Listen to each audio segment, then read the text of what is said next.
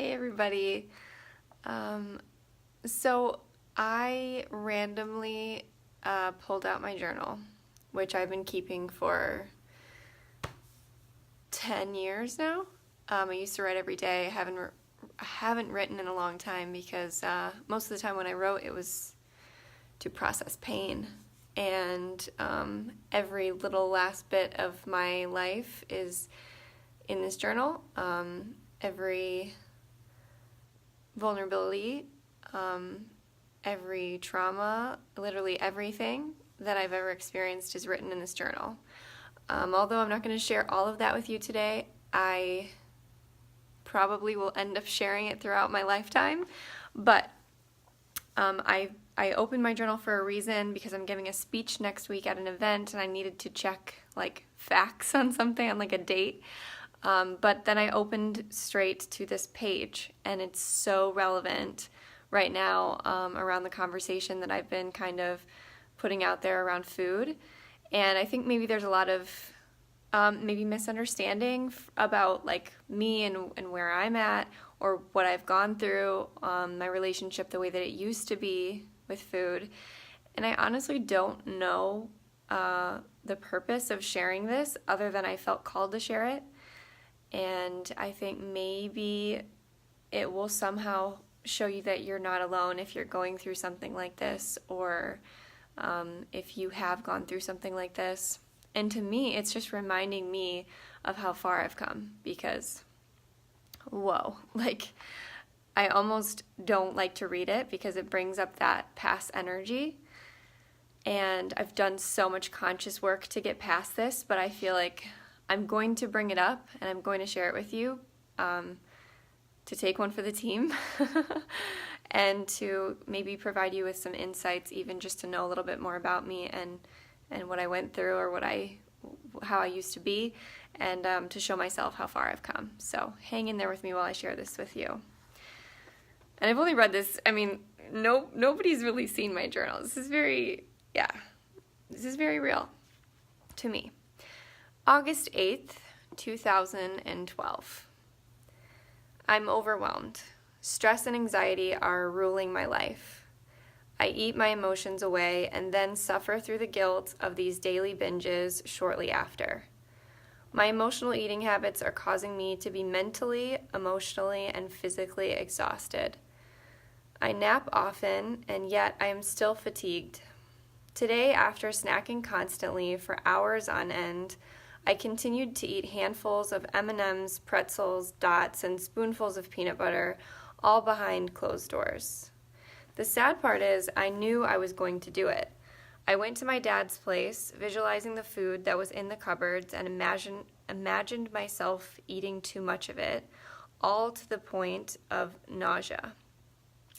This is exactly what I did. And about 30 minutes later, I was so tired I couldn't even make it to my car to drive home. I fell asleep there and slept for 5 hours. This is not healthy, and it's not how I want to live my life. I know there is hope for me, and that's what I'm trying to stay focused on, but it's extremely difficult to deal with something like this when no one takes my problem seriously. I know this is a serious eating disorder when I feel guilty for anything and everything I eat. I wish I could make myself throw up after, but I'm too tired to even try. When I imagine any single event, I visualize the food and the lack of control that I will have at that event. This goes for work, dates, movies, weddings, holidays, baseball games, hospitals, car washes, gas stations, grocery stores, family parties, concerts, etc. When I go into any home or building of any kind, I am instantly drawn to any type of food or edible substance, almost obsessing over it, whether or not it's something I'd usually prefer. The days that I don't eat much at all are rare, but this is when I feel the happiest and the strongest. I tell myself every day that tomorrow will be different, and I hope and pray that I wake up the next day with the strength to make a change. But it hasn't happened yet. I feel weak in every aspect of my life, and I feel that until I gain control of my eating habits, I cannot reach my potential nor focus on anything else in my life. My relationships, my job, dreams, and self-esteem are all suffering due to this issue. I want to be happy and healthy, and me, I just need some help. Ooh. Yeah. So that was 6 years ago that I wrote that. And if you're just joining, please go back and listen. Basically, I just shared a journal entry that I wrote 6 years ago. And I don't even, it's hard to even believe that that's me, because I rember it. It's so real. I hate reading it because it's oh, that poor girl. I feel so bad for the way I used to feel. And it was so real. I literally hated waking up every single morning because I was just so uncomfortable in my own skin. And I just didn't feel like I could control myself or trust myself in any scenario. And in that case that I wrote about, it was with food. But it goes on. If I were to read further, it would be, then it was prescription, then it was Adderall, then it was cocaine, then it was Vicodin, then it was Xanax, then it was diet pills. It was everything. I just couldn't trust myself because I just wanted to numb myself all the time or just make myself feel happy because I didn't feel happy. And the problem is that I was constantly looking outside of myself for the solution. And I didn't know how to start peeling back the layers of myself, to do the real work, to face myself and face my truth and sit still with my feelings long enough to allow them to kind of bubble up to the surface. And over the last 4 years, that's what I've been doing. That's the work I've been doing, is allowing everything that I was trying to numb with food or drugs or shopping or makeup or whatever it was. I allowed that to come to the surface, and I started to deal with it, and I started to talk about it, and I started to cry about it, and not just journal about it secretly. I had real difficult conversations with my mom, my boyfriend, my dad, the real people that really matter and are really hard to talk to and tell the truth to, and disappoint or hurt or confuse. But those are the conversations that have allowed me to actually make movement in my growth, actually step forward and become a better version of myself. Those are the conversations that broke me to my knees, literally broke me down, shattered everything that I thought was real, because I actually spoke a truth that was so fucking terrifying to speak. And because of that, I was able to do so many things I never thought I could do and become a person I never thought I could become. And I've gained a strength and a control over my own emotions and a respect for my own emotions that I can now feel everything, and I allow it to flow in and out. And my negative emotions, they last for such a shorter period of time. I used to be sad and depressed and scared and anxious and overwhelmed for months at a time, for years at a time. I couldn't even tell you a time that I didn't feel that way.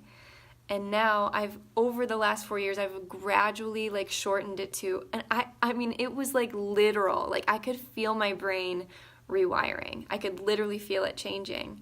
It used to last, I would be, like I said, in a mood, a bad mood, for years. And then I started to feel it get down to okay, well, I see a good day, I felt a good day or a good moment, and it could last for an hour, and that was beautiful.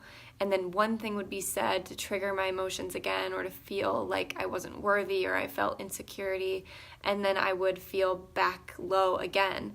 And then I'd see that glimpse of happiness or of peace or like of control over my own thoughts and emotions for another couple of hours or something. And then it started to extend.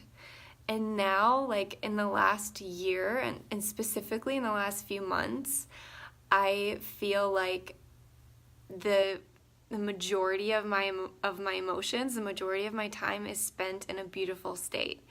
And I never thought that would be real. Like, I never thought that could actually happen. And I'm so grateful. And I know that I still have work to do continuously, because I want to live in a beautiful state all the time. Like, absolutely, I will feel my feelings, and I will allow in the necessary negative emotions that come in to teach me things. But the moment they don't serve me any longer, I will let them go, because I and you deserve to live in a beautiful state. And if you can resonate with my journal entry I just read, then please know that there is hope for you, and that it's possible for you to actually rewire your brain to default into optimism, and to actually feel genuinely happy and confident and grateful to be alive for longer than just a single moment. Like, you could feel like that almost all of the time.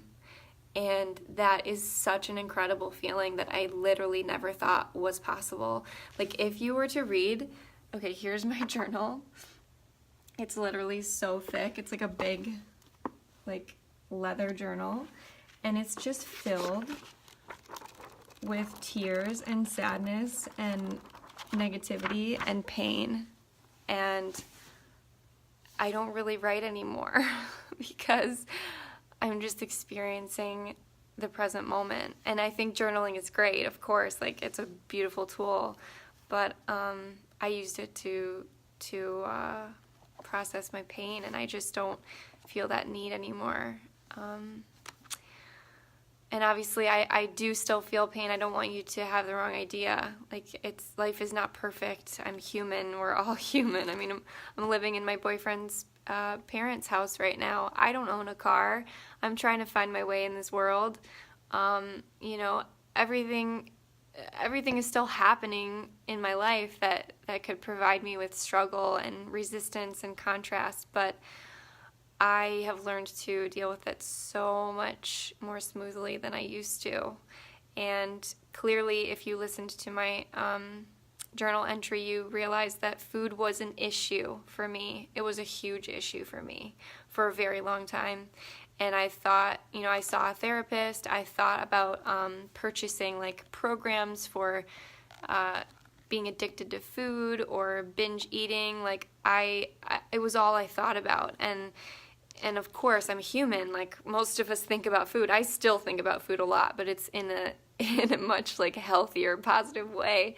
But I was also pairing it with so much guilt and so much shame and so much negative body image around it.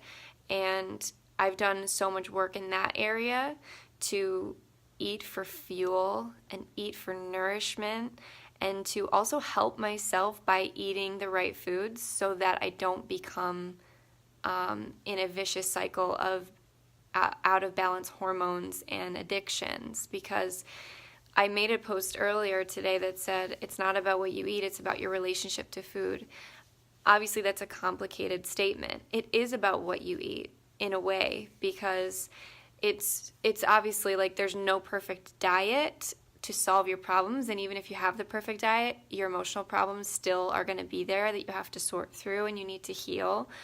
But you can actually help yourself be less addicted to food by eating certain things. Like, when you eat certain ingredients, they can actually turn off hunger hormones, and they can make you feel more satiated, and they can make you feel more satisfied.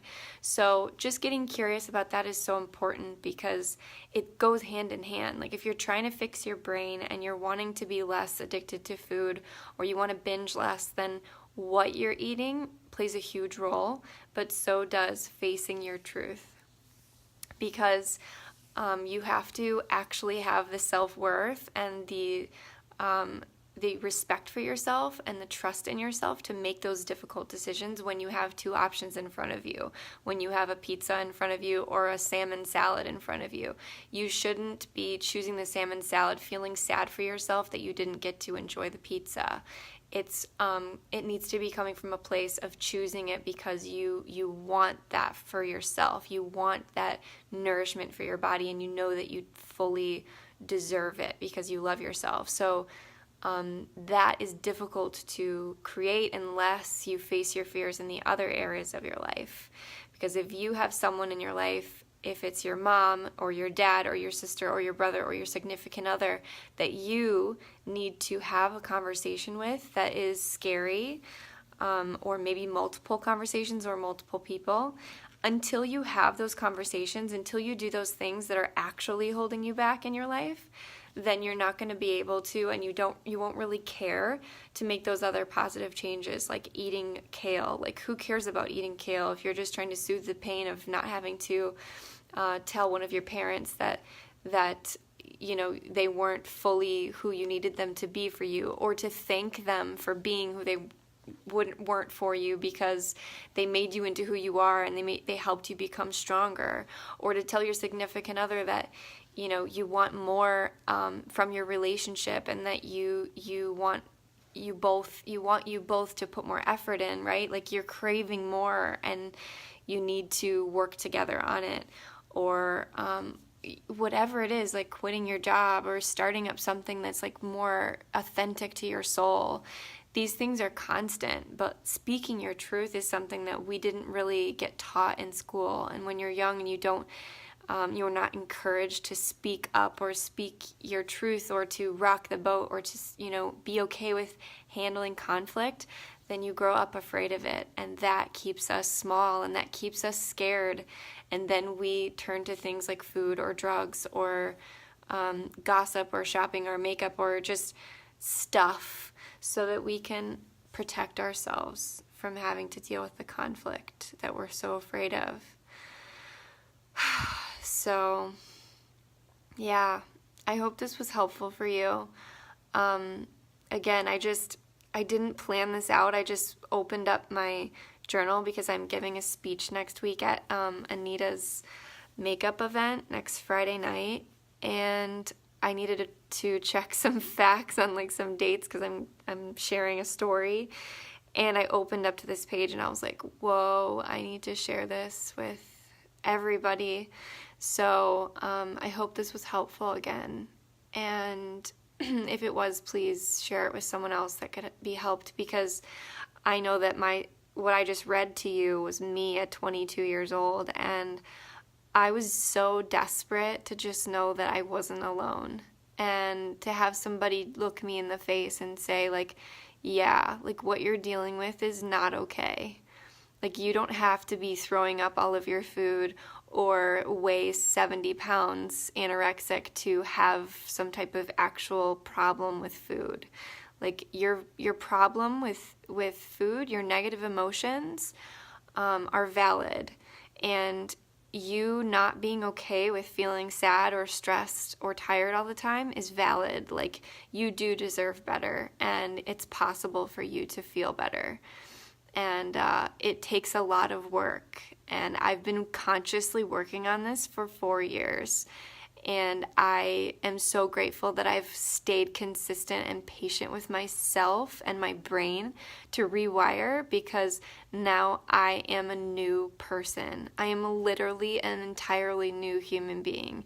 And I'm so, so, so grateful, because the way I was living was no way to live. And if you're waking up, like, dreading your day, that is no way to live. Like, we are all here for one short lifetime, and time is finite. So whatever it is that you think is a problem in your life, you have to start dissecting it, and you have to start facing it, and it's going to be really scary, and it's going to be really uncomfortable. And you might not have anyone directly next to you that's going to help you go through it. But if you can, like, somehow let me know that that's what you're doing, I will be more encouraged to make videos like this that are real and raw and sharing this with you, because I don't give a shit what you eat. I don't give a shit if you make my greens dish. I don't give a shit if you want to eat Five Guys every day. If that truly makes you happy, beautiful. I just want you to be happy, because you deserve to be happy. We all deserve to be happy and live in a beautiful state. I just know that when I was eating foods like that, I was miserable because my hormones were out of balance and I felt addicted, and I don't like to feel like that. So I had to change everything, and I did, and I'm so glad that I did. So for you, it might be different, but whatever it is, you have to find those things and you need to start tackling them, because the longer you avoid the things that are in the back of your mind that you know you need to do, the quicker your self-confidence and your self-worth will erode, and the less trust you'll have in yourself. And you have to work on those things, because that's all life is about. Like walking in a room with confidence, knowing that you have value and that you matter, that's what life's about, and you can get there. And you might start feeling glimpses of it right now. Just know that that will only grow. Like, I promise you, it will only grow. You might feel a glimpse of happiness here and there, and then you think, oh, I'm back again into my depression or my sadness or my anxiety. Yeah, guess what? Because you built that up over so many years. Your brain is hardwired to go there. Those are the grooves that are the deepest in your brain. But you get to change that. It's going to take time, but it can happen. And you have to notice it and celebrate it and acknowledge it when you realize that you're getting better. Like, I noticed over time, I would go for a walk in the morning and I'd be in a good mood for like 45 minutes, and then I would get back into my groove of my day and I'd have a bad day. But I knew I got 45 minutes that I felt good. So if I could get that, then I could make that longer and longer and longer and longer. And now I'm literally in a beautiful state like all day long, every single day, except for when I feel uncomfortable about something specific, and then I pause and I sit with it and I feel it and I don't resist it, and I just let it be there, because I know that I can get back to a beautiful state, because I trust myself. So, again, yes, I hope this was helpful. I will, if you want to comment, please, I'll get back to you after this video. If you want to message me, please message me. I love all of you. You deserve to be happy. Don't give up on working on yourself. Have a beautiful evening.